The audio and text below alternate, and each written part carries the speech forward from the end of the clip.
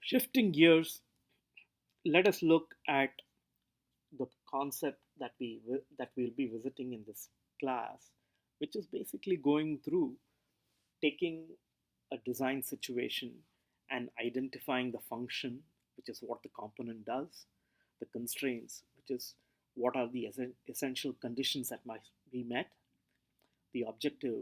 So, what are you planning to do? You're going to minimize or maximize what type of a material index, and what are you free to choose?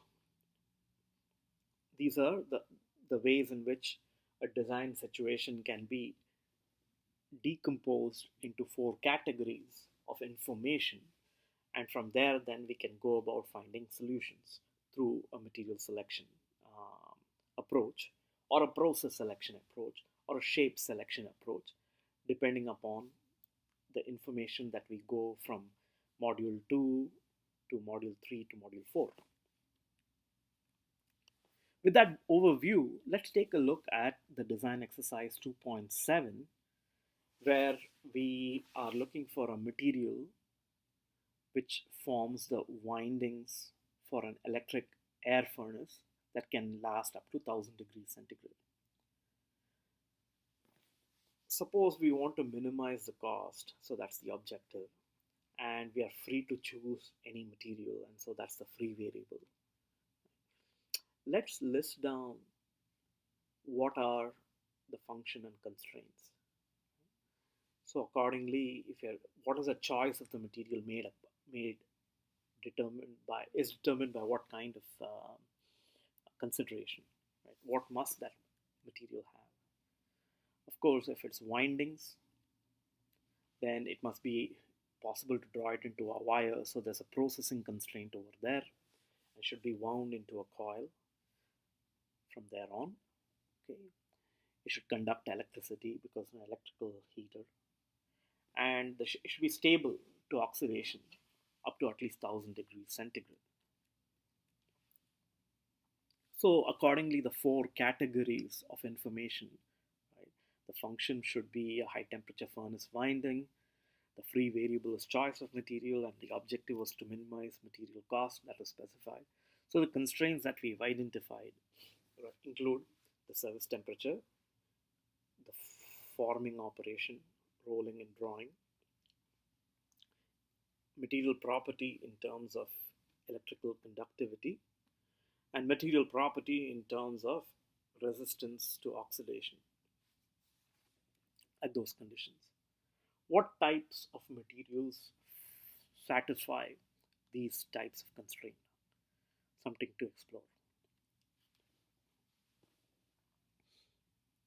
I'll leave you a chance to work with those options on your own.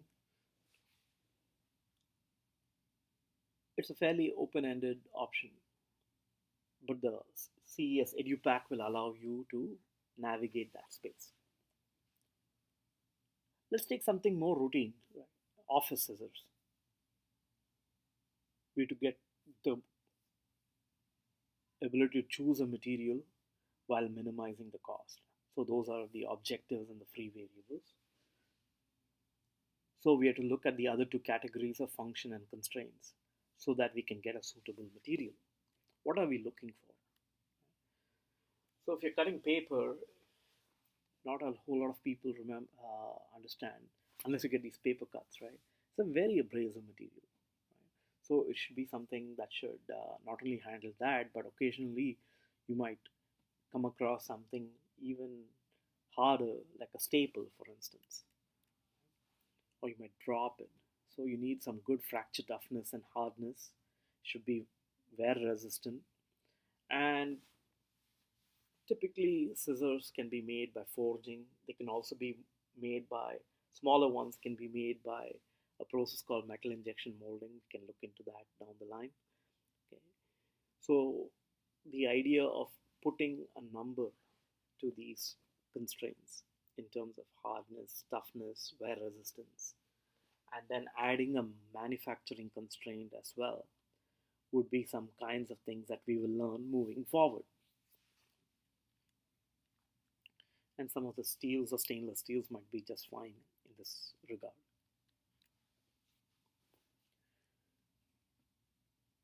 Next, let's go to a heat exchanger problem. It's a geothermal heater, and you're dealing with salt water at 120 degrees C under pressure. You want to minimize the cost of the heat exchanger, and you want to be able to choose the right material, and you're free to choose that, right? So those go under objective and free variable.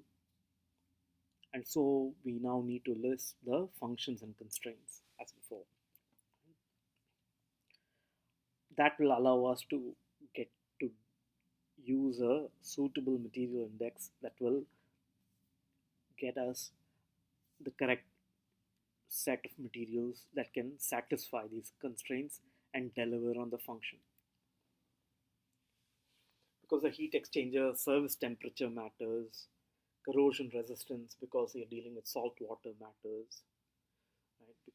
Thermal conductivity is important because it will operate under pressure.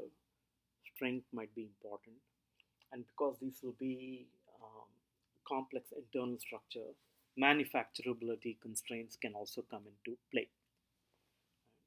So accordingly, the number of constraints that are used, right, would involve the service temperature that is available, thermal conductivity, corrosion resistance, especially with salt water,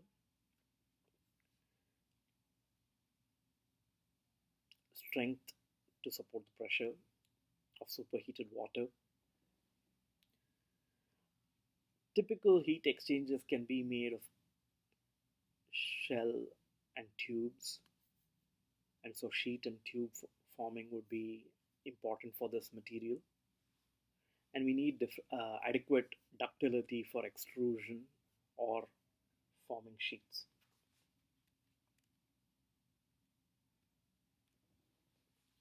As a final example for design exercise 2, let's take the 10th problem.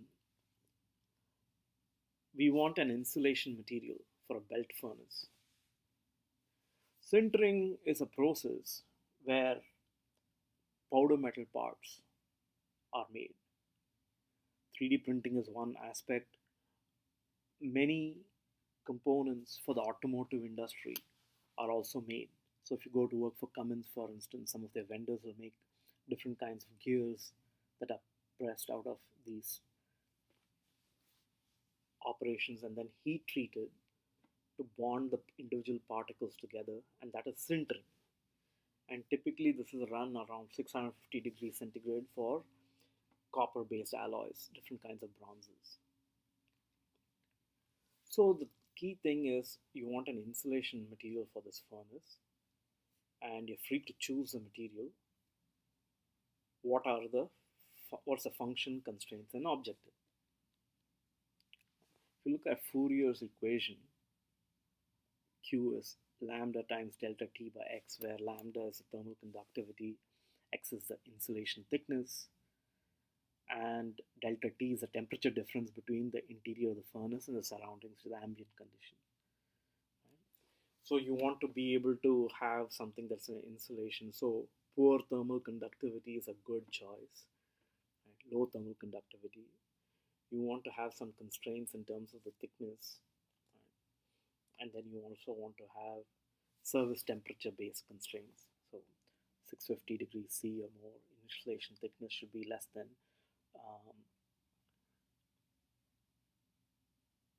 20 centimeters. That might be related to the overall interior of the or exterior of the furnace dimensions.